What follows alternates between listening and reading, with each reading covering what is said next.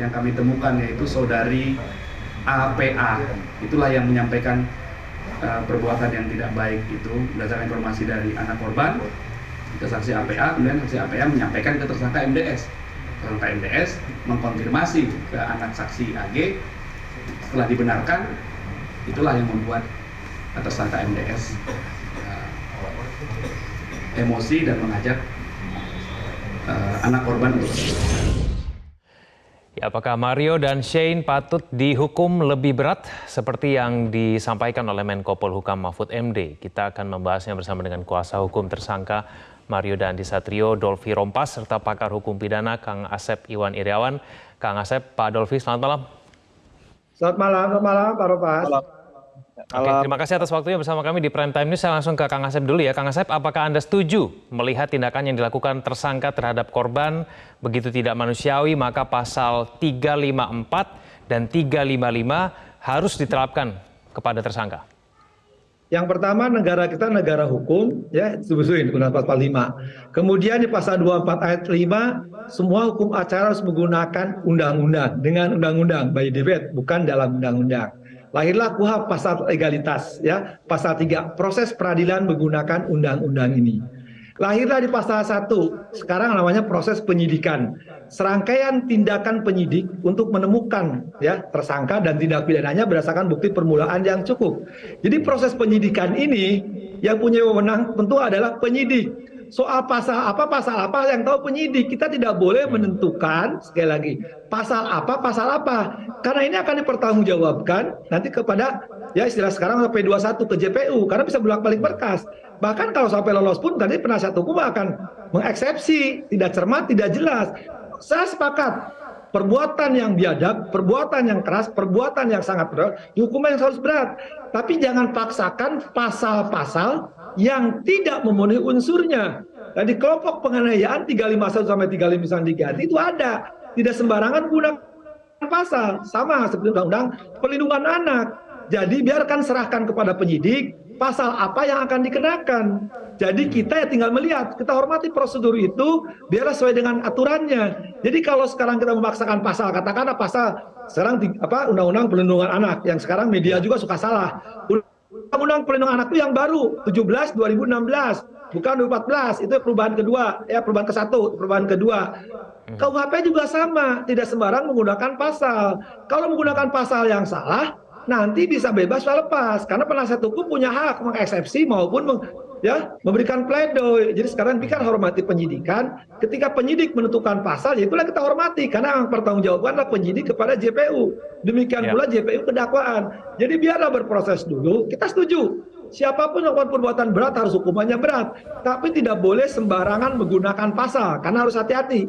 Kan nanti kan dipertanggungjawaban dakwaan harus cermat, jelas, dan lengkap. Kalau itu tidak terjadi, ya, yang itu juga di penyidikan juga penasihat hukum bisa mengajukan pra peradilan, kan, kalau salah, ya, penyidikan. Itu juga jadi masalah. Berarti kalau pihak kepolisian belum menerapkan pasal 354 dan 355, ini artinya bahwa memang belum ada bukti yang mengarah hingga kemudian akhirnya digunakan pasal 354 dan 355 ini, begitu ya? Ya gini, makanya sekarang jangan banyak komentar, jangan banyak omong siapapun, ya, saya katakan. Kalau sedang proses penyidikan baru tindak pidananya terang, kalimatnya biar tindak pidana terang. Soal tindak pidana itu pasalnya banyak. Nah, ini menyangkut anak. Ada undang-undang perlindungan anak, sekali lagi. Ada KUHP. Harus hati-hati, karena ini wewenang independen dari penyidik. Jadi siapapun juga, ya, mau menteri kan, mau penegak hukum, mantan siapapun gitu kan, ya biar penyidik menentukan, karena yang bertanggung jawab penyidik. Kita setuju, sekali lagi, harus diancam berat siapapun pelaku, sekali lagi, apapun kejahatannya. Cuman harus memaksakan pasal kalau tidak sesuai dengan fakta-fakta yang didapatkan, yaitu berdasarkan bukti permulaan yang cukup, itu berbahaya. Oke, baik. Saya ke Pak Dolfi. Pak Dolfi, ada usulan dari Menko Polhukam Mahfud MD supaya kemudian pasal 354 dan 355 penganiayaan berat diberlakukan kepada klien Anda. Tanggapannya bagaimana? Saya agak sepakat, ya, dengan apa yang disampaikan oleh Kang Asep, bahwa yang pertama-tama kita adalah negara hukum, tentunya semua harus berdasarkan hukum, ya. Saat ini kan sedang berproses di Polres Metro Jakarta Selatan.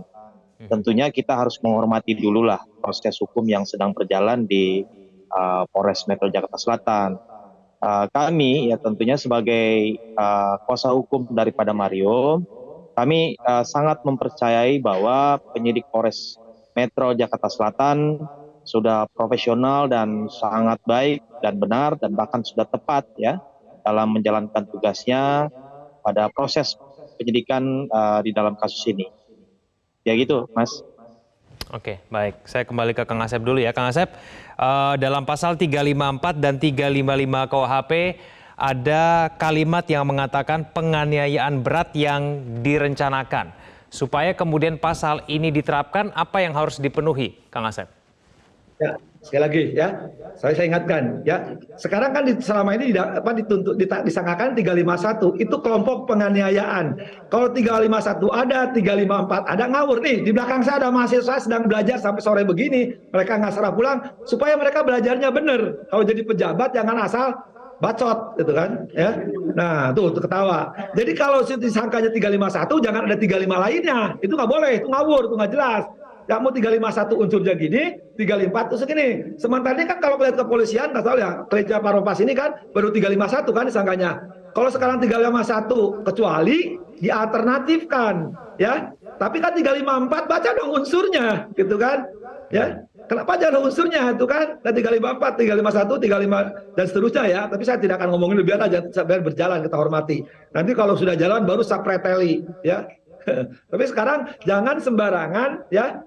Ya sekali, kalau unsur 354 tidak terpenuhi, ya, jangan paksakan, ya. Oke. Itu yang saya ingatkan sejak awal. Kita hormati prosedur ini. Saya setuju sekali. Kalau misalkan clean-nya Paropas ini melakukan perbuatan, maka sampai misalkan ya luka berat itu ada ancamannya, luka ringan ada, bahkan sampai meninggal juga ada. Cuma harus hati-hati, jangan sampai pembentukan opini publik sekali lagi. Proses hukum terganggu karena ada opini-opini yang menyesatkan. Apalagi tidak pernah tahu. Sekarang suka banyak tuh kan komentator-komentator yang tidak pernah menangani perkara di sidang, nggak pernah sidang, tapi sok tahu yang jadi korban itu kan tidak hanya publik, pihak-pihak. Kita harus mengedepankan ajas praduga tak bersalah, ajasi manusia. Ya, kalau menurut saya sekali lagi, biarkan penyidik bergerak, ya, penyidikan. Baik. Kita ikutin, ya. Kalau penyidik salah menggunakan pasal yang ringan, yang saya katakan berapa pasal atau pasalnya berapa, kita hajar rame-rame. Tapi kalau misalkan, maaf ya sekali lagi, kalau memang juga pembunuhan ya kita itu pembunuhan sampai mati pun kita ikutin. Tapi kalau faktanya tidak itu, jangan paksakan pasal yang tidak unsurnya tidak akan terbukti. Itu perlu dipahami oleh siapapun. Baik. Pak Dolvi, dari klien Anda sendiri merasa tidak kemudian melakukan penganiayaan berat begitu terhadap korban ini? Jadi berdasarkan hasil pemeriksaan kemarin, ya klien kami ya, mengakui bersalah dan beliau menyatakan siap bertanggung jawab secara hukum, ya apapun nanti yang akan diputuskan oleh penyidik, siap bertanggung jawab. Baik. Saya mau sedikit ke kronologi Pak Dolvi. Sebetulnya siapa yang mempengaruhi Mario untuk melakukan tindakan penganiayaan? Di dalam keterangan itu kan sudah jelas sebenarnya ya bahwa tadi juga sudah disebutkan bahwa ada cerita ya dari APA dan juga dari AG ya. Dari situlah mulai mereka untuk atau pergi ya ketemu dengan saudara David ya, dan terjadilah ya, seperti apa yang ada di dalam peristiwa itu. Baik, Pak Dolvi, tapi yang mengusulkan hingga kemudian ada tindakan penganiayaan itu pertama kali muncul ide itu dari siapa? Apakah memang dari tersangka MDS ini, klien Anda, ataukah memang ada dorongan dari tersangka S begitu seperti disebutkan oleh pihak kepolisian? Dan apakah memang betul ada pengaruh dari perempuan dengan inisial APA? Nah, kita akan bahas itu saja. Pemirsa jangan kemana-mana, kami akan kembali. Pada Rabu hari ini, tadi sudah saya sampaikan akan dilakukan pemeriksaan yang ketiga kalinya oleh psikologi forensik.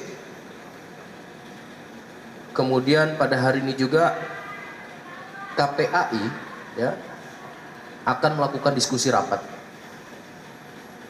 Dilaksanakannya di Polres Jakarta Selatan di mana yang akan hadir di situ ada komisioner KPAI, kemudian juga ada asisten deputasi dari Kementerian PPA, kemudian juga ada P2TP2A Jakarta Selatan. Selanjutnya juga akan diikuti oleh APSIFOR, Asosiasi Psikologi Forensik, dan tentunya ada penyidik. Ini langkah-langkah secara maraton yang secara cepat terus dilaksanakan oleh penyidik. Kembali kita lanjutkan, pemirsa, saya kembali ke Pak Dolfi. Pak Dolfi, jadi ide pertama kali untuk melakukan penganiayaan itu datang dari mana? Jadi begini Mas, ini kan juga yang sudah beredar ya di media bahwa kan ada cerita ya yang disampaikan kepada klien kami dari APA, dan klien kami mencoba untuk mengklarifikasi kepada saudari AG, dan dari cerita itulah sehingga klien kami ya bersama dengan saudari AG dan saudara S itu menemui saudara David. Nah, jadi peristiwa yang terjadi pada saat itu tuh terjadi secara spontanitas. Jadi klien kami itu sebenarnya ingin bertemu dengan saudara David itu hanya ingin melakukan klarifikasi saja. Tuh, jadi itulah Maksudnya ya, awalnya. Pak Dolfi melakukan klarifikasi tanpa kekerasan? Ya, jadi tidak dari awal itu tidak ada rencana. Menurut klien kami yang sudah disampaikan di dalam BAP ya. Jadi klien kami menyampaikan di BAP-nya bahwa awalnya hanya ingin melakukan klarifikasi saja. Jadi tidak memiliki niat untuk melakukan kekerasan. Oke, Jadi Pak Dolfi, gitu, lalu ya. pertanyaan kenapa kemudian akhirnya melakukan penganiayaan? Ini kan korban sudah dalam posisi push up ya, begitu informasinya, disuruh push up, lalu kemudian ternyata tidak mampu mencapai 50 kali push up, hanya kemudian sampai 20, tapi kemudian dari video yang sudah beredar di media sosial, lalu kemudian tersangka langsung menendang bagian kepalanya. Apa yang kemudian membuat tersangka ini melakukan hal itu? Kalau misal memang tidak ada niatan dari awal melakukan tindakan kekerasan. Ya, jadi keterangan yang saya sampaikan tadi sih itu sudah ada di dalam BAP ya. Jadi ya di dalam BAP seperti itu yang disampaikan oleh klien kami. Apakah ada dorongan dari tersangka S ataupun AG di lokasi kejadian penganiayaan sehingga kemudian terjadi kekerasan itu, Pak Dolfi? Ya, itu kan tadi sudah saya sampaikan bahwa berawal dari cerita ya. Jadi ada cerita dari saudari APA dan diklarifikasi kepada saudari AG. Dari situlah setelah bertemu dengan saudara AG, dari situ awalnya sampai kenapa mereka bertemu dengan saudara David. Oke, baik. Ada upaya pencegahan tidak yang kemudian dilakukan, baik itu dari S maupun AG? Ya. Itu ada tidak? Jadi ya perlu kami sampaikan di dalam pemeriksaan terakhir ya pada klien kami bahwa klien kami menyampaikan di dalam BAP-nya bahwa tidak ada sama sekali pencegahan baik dari saudara S maupun dari saudari AG. Terakhir, apakah ada APA juga di tempat kejadian pada saat terjadi aksi kekerasan? Tidak ada. Jadi pada saat kejadian itu hanya bertiga, yaitu klien kami, saudari AG, dan saudara S. Hanya AG dan S. Baik, terakhir ke Kang Asep. Kang Asep melihat mengenai kronologi dan seperti ini versi dari... Mungkin perlu saya tambahkan sedikit ya bahwa pada waktu dalam perjalanan memang ada penyampaian dari saudara S ya, itu sudah disampaikan oleh klien kami di dalam berita acara juga bahwa memang ada ucapan dari saudara S yang menyampaikan bahwa kalau gua jadi lu, gua pukulin dia. Jadi itu. Tapi klien kami menyatakan, oh tidak, saya hanya ingin berbicara saja. Oke, baik. Belum terjawab tapi Pak Dolfi kenapa kemudian akhirnya dia menendang bagian kepala dari korban. Tapi ya sudah, saya ke Kang Asep saja. Kang Asep, menurut Anda apakah dua tersangka ini saja sudah cukup ataukah memang ada potensi tersangkanya akan bertambah melihat mengenai kronologi kasus yang versi dari pengacara Mario ini? Ya, nggak apa-apa. Kita kan keterangan kliennya Pak Mario, kliennya Pak Rompes biarlah, karena keterangan terdakwa hanya berlaku dirinya sendiri. Yang menarik tadi sedang ngobrol tuh ada mahasiswanya di belakang tuh, ada yang baju putih atau baju hitam yang ganteng tuh. Ini katanya, ini mah mirip bocilnya Sambo. Tuh ketawa. Itu kita serah, itu mahasiswa juga pendapat ya. Nah sekarang ya mungkin kalau saya katakan makanya periksa yang lain-lain. Jangan-jangan kan ada bocilnya Putri gitu kan. Nah periksalah tuh bocilnya Putri siapa. Kan menarik gitu kan. Pasti banyak pertanyaan akan jadi pertanyaan semua. Pertama, kalau ini yang hasutnya misalkan ya calon tersangka 3, saya sebut saya Gabriel Dji Utama, karena di bawah umur. Ya, calon tersangka 3 ngomporin tersangka 1, ya bisa aja kan, sehingga tersangka 1 melakukan perbuatan yang seharusnya tidak dilakukan. Harusnya klarifikasi atau dipanggil, ngapain ditendang, ngapain diinjak. Nah, tersangka 2 misalkan, ngapain juga kayak KM gitu ngomporin gitu kan, kalau enggak dan sebagainya. Biarlah fakta-fakta ini nanti kita uji, nanti kita kuliti. Kalau sekarang kita hormati prosedur.